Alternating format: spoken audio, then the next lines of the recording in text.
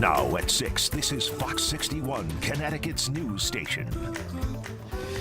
Connecticut voters swarmed the polls today to cast their ballots, from new mayors to first selectmen. It's not too late to make your voice heard either. The polls are open for another 2 hours.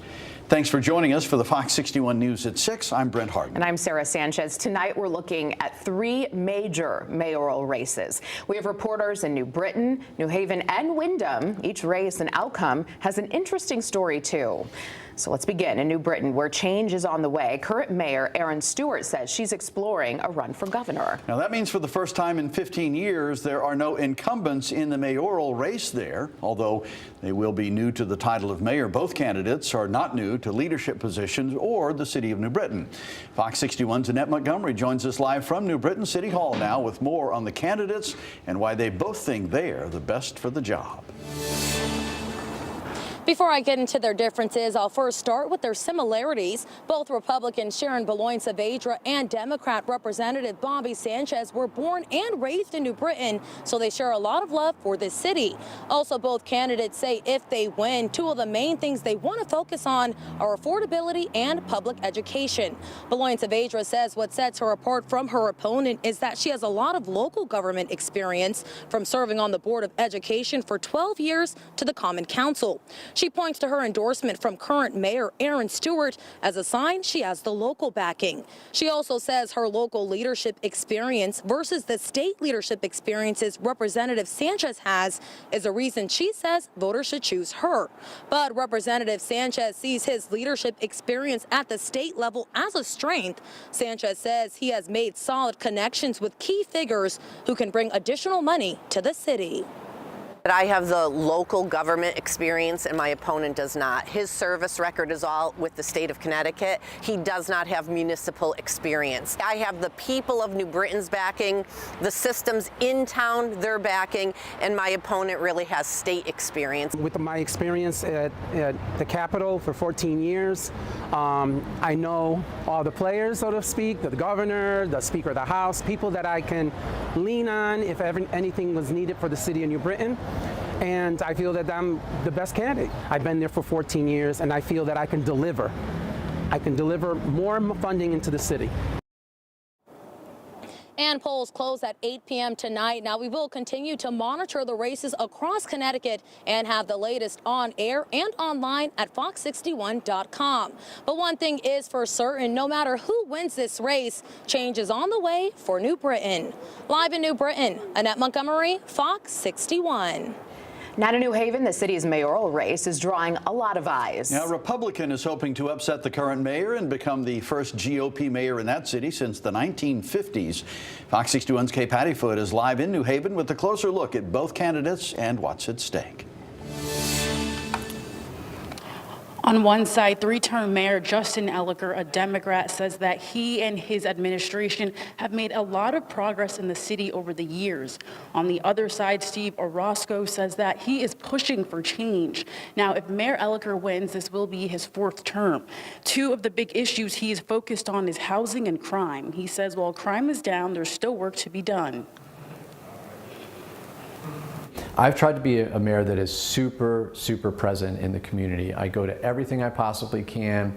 I give my cell phone out to the community, 203-500-2969, and people text me and call me, and I try to connect them with resources and connect them to support, answer questions. I go to the vigils and the funerals when we lose residents. I try to be everywhere. If people protest, they protested outside my house, I try to engage with people. And I hope people see that I'm just working my tail off to make our city a better place. His opponent, Orozco, previously worked on Wall Street and owns a professional fight league. He says his wrestling background has taught him about failure and accountability. Orozco also says New Haven is in need of change, which is why he is running. Aside from that, really being in the inner city. And I'm walking the streets that Elicker will never walk by himself, and I'm getting a lot of respect for that. And one thing that I did learn, when you're walking the streets, you're talking to people, when they find out you are a pro fighter, automatic validation, it's like automatic street cred in comparison to if I'm on the streets, I'm like, yo, you know, I'm a finance guy, I own a business, and I have 2 masters. Nobody cares about that. It's not relatable to most people. But if you say you're a professional athlete or you're a fighter, everyone understands that. Orozco told us this election will be a challenge, but it's a challenge he's up for. We will be watching the results as they come in. For now, live in New Haven, Kate Pattyfoot, Fox 61. Thank you, Kay. And we have you covered on this election night. Tonight, tune in at 9 p.m. here on Fox 61, or Fox 61 Plus, that is, for an update as Connecticut results come into the newsroom. Then at 10 and 11, tune into Fox 61 and Fox 61 Plus. We'll keep you up to date with those live results coming in and bring you the very latest. To the weather now. We want to give you a heads up about tomorrow's forecast as well. We'll be on a high wind watch starting tomorrow. Yeah, Chief Meteorologist Rachel Frank is here now with how strong those winds will be and how they might impact you. Rachel, this has been windy for a month and a half now, it seems like. It has been, and while it's been a certainly blustery election day, the winds are calming down now. There will be a little bit of a lull in the action tomorrow, and then they come roaring back in, and we are looking at a nasty night of sleeping tomorrow night. This weather impact alert starting around 9 or 10 p.m. and continuing through before daybreak. That's what we could see gusts as high as 50 to even 60 miles per hour. If we end up getting up there, scattered outages are likely. You may want to secure any loose objects that are outside and make sure the phone and the generator are all charged up just in case. Again, the worst of the winds for tonight are over. We've got 20 for Norwich, 16 miles per hour for Torrington, and the winds aren't going to be too bad as we head throughout the overnight hours, even calmer by daybreak. But again, tomorrow night is when those winds come roaring back in. 50s right now, but behind this storm, we will see some cooler air settle back in. No issues as we head through the polls closing at 8 o'clock. Temperatures will be in the 40s. By daybreak, we're looking at temperatures in the 30s with a frosty start to the day. Otherwise, we'll be warmer by afternoon. Highs will be close to 60 degrees. We'll see increasing clouds. And then heading into tomorrow night, as that cold front approaches, that will bring us those winds. We also could see a quick shower or rumble of thunder, kind of like last night. Remember, those winds started kicking up. We had a quick downpour and then it was over. That is when we'll start to see those winds increase. We'll talk more about it. Your full forecast is coming up. Thank you, Rachel. We're following that breaking news story in Louisville, Kentucky. We just showed this to you at the bottom of the hour. Well, after a reported plane crash there, this is at Muhammad Ali International Airport, at least next to the airport. Calls came in about 30 minutes ago. You can see the large plume of smoke still billowing from that reported crash site. A lot of flames as well. It looks like a big fire. Right now, we know that there are injuries. We don't know how many. UPS just confirmed it was one of their aircrafts that went down. So this was not a commercial passenger flight. Louisville's home to the UPS World Port. We'll keep you updated as soon as we learn more details, but still a major plane crash there near Louisville's airport. Breaking news also here at 6:09. Officials found 2 people dead in a Middlefield home this afternoon, and investigators say they're looking into this as an untimely death. Police tell us they don't suspect foul play at the Peters Lane home. The chief medical examiner's office has removed the bodies and will conduct an autopsy. Officials say they'll release the names once families have been notified. Well, the man accused in the death of 11-year-old Jacqueline Mimi Garcia appeared in New Britain Superior Court today. Jonathan Nanita, the former boyfriend of Garcia's mother, is accused of disposing of the bin that held the young girl's remains behind an abandoned property in New Britain. Fox 61's Alicia Hercules breaks down these new charges from court.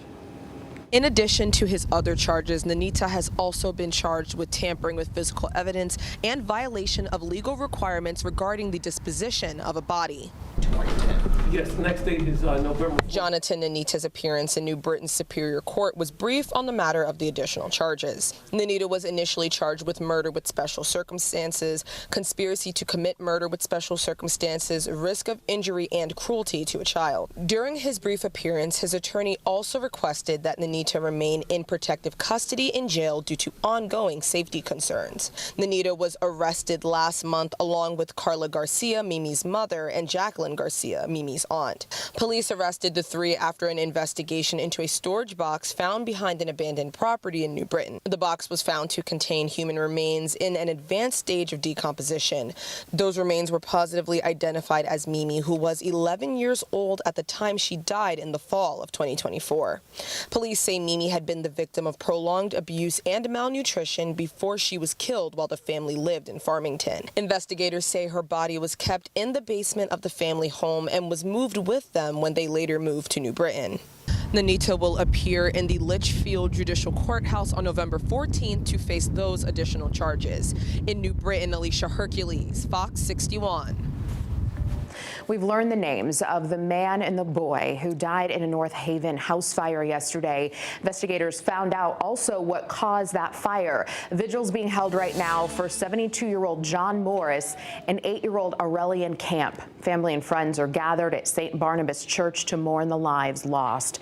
Firefighters say a George Street home caught fire around 12:30 in the morning yesterday.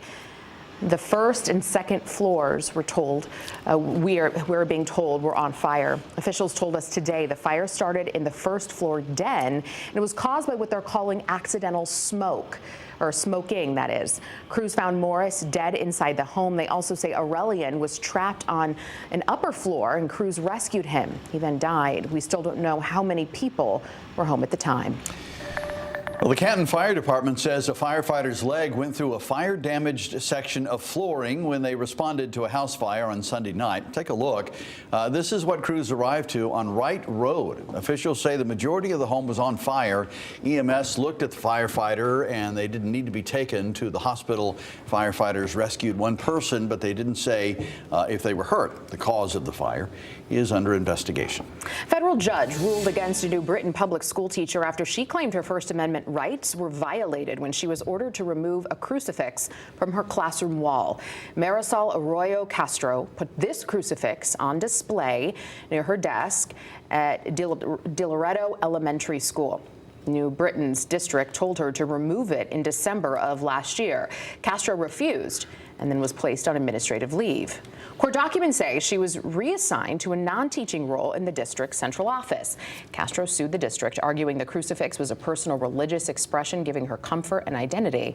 The district says classroom walls are part of its instructional environment, not a teacher's personal space. District of Connecticut Judge Sarah Russell sided with the district, ruling a public school teacher's classroom wall is part of the school space, not the teacher's private area. The judge issued this court order ahead of the trial, saying Castro most likely won't win the lawsuit. Castro released a statement after the ruling saying she's disappointed by the decision but hopes she'll be able to return to the classroom and invest in the lives of students. Well, new here at 6, Shelton police say a man admitted to killing a dog in a video. Michael Anziano was charged and arraigned in court last week. He is charged with malicious killing of an animal. Shelton Animal Control found the video of Anziano's confession and sent it to police. Investigators say they found more videos of him showing the dog in a garbage bag. It's unclear if he's behind bars right now.